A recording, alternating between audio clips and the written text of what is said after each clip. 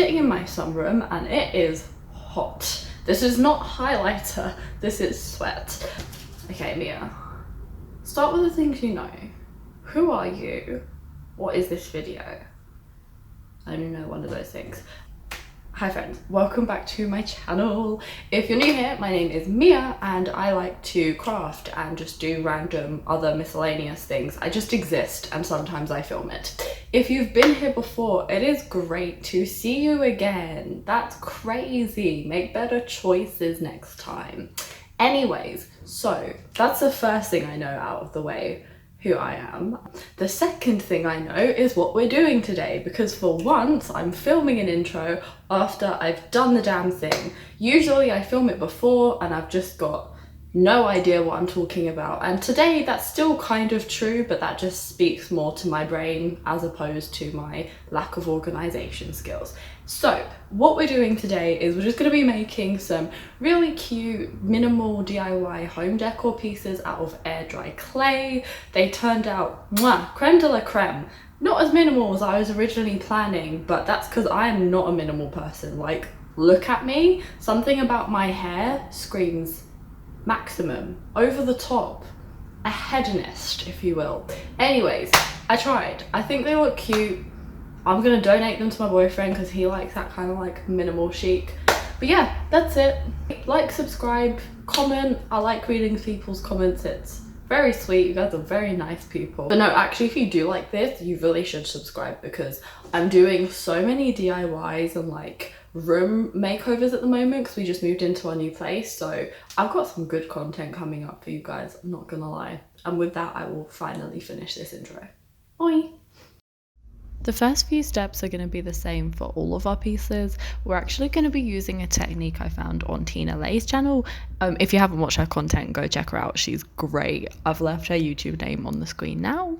And she basically shared this technique of mixing air dry clay and pepper to create this really earthy stone look. So for all of these, our first step is going to be the same. Just take some air dry clay out of the packet and work it in your hands until it starts to feel malleable.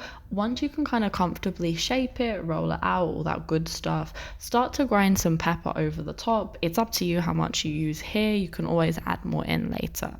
So we'll start with the easiest project, my propagation station. As this was my first time working with air dry clay, I wanted to start with something really simple. So firstly, I just rolled out a thick rectangle of clay, roughly in the size I wanted. I then used the base of my test tubes to insert 3 holes evenly spaced apart. Because air dry clay actually shrinks as it sets, I did actually make the holes a little larger than they needed to be. And to neaten everything up, I just used an old knife to chop the ends and like kind of straighten along the edges. I wanted this to have a really handmade look to it though, so I didn't make it too perfect. And then the last step was just that, I left this to set overnight and then painted a really thin black border around its base the next day.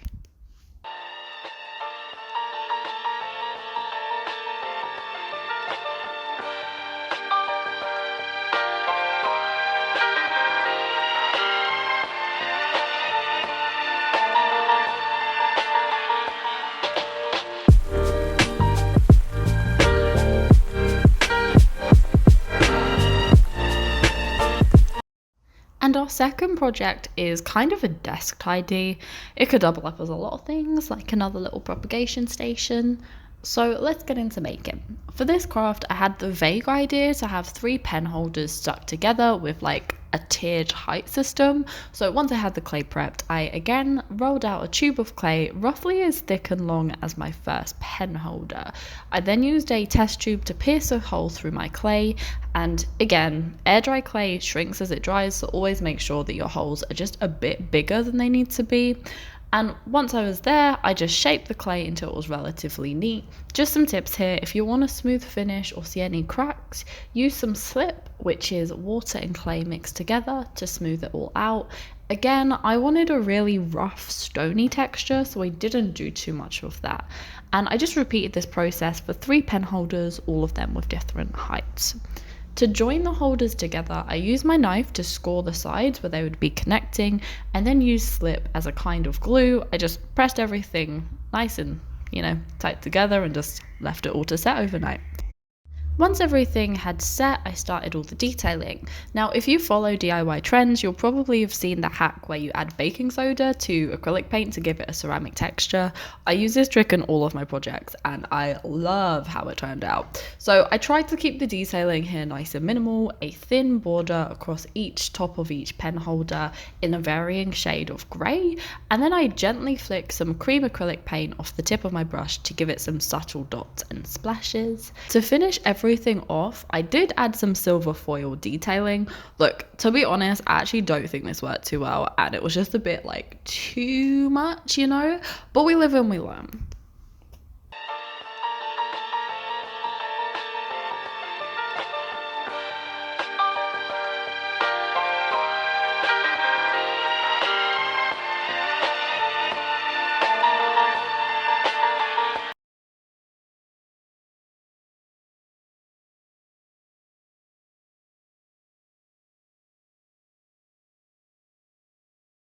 And our last project is my favourite. I don't really know what it is. It's kind of a decorative trinket cup thing. I don't know. It's cute. I put dried flowers in it. Anyways, to the making. So I decided to create the base of our cup first. Once the plate was all prepped, I kind of rolled it on its axes to create a smooth cone shape. Once I had a width I was happy with at the bottom, I just used my knife to chop the pointed top off. This left me with a really nice flat surface area on top of my base to adhere the top part of the cup to. So for the cup itself, I rolled out another thick piece of clay and cut it down roughly to the size that I wanted. I then punctured a hole almost all the way through with my thumb, and using my thumb and forefingers to kind of pinch the clay around the perimeter to create a hole in the cup. Like before, I rolled the cup on its axes just to smooth out a bit and get kind of cleaner lines. I also went in with some slip just to neaten everything up a tiny bit. Now, once both parts were made, I scored the top of the base and the bottom of the cup with my knife and used some slip to stick everything together.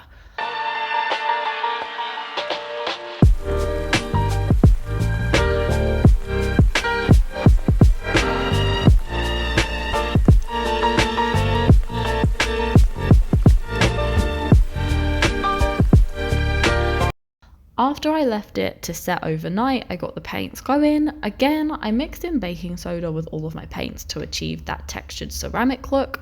Firstly, I painted the base with a light grey coat, and then I used the edge of my brush to create some abstract upward strokes in black and then cream.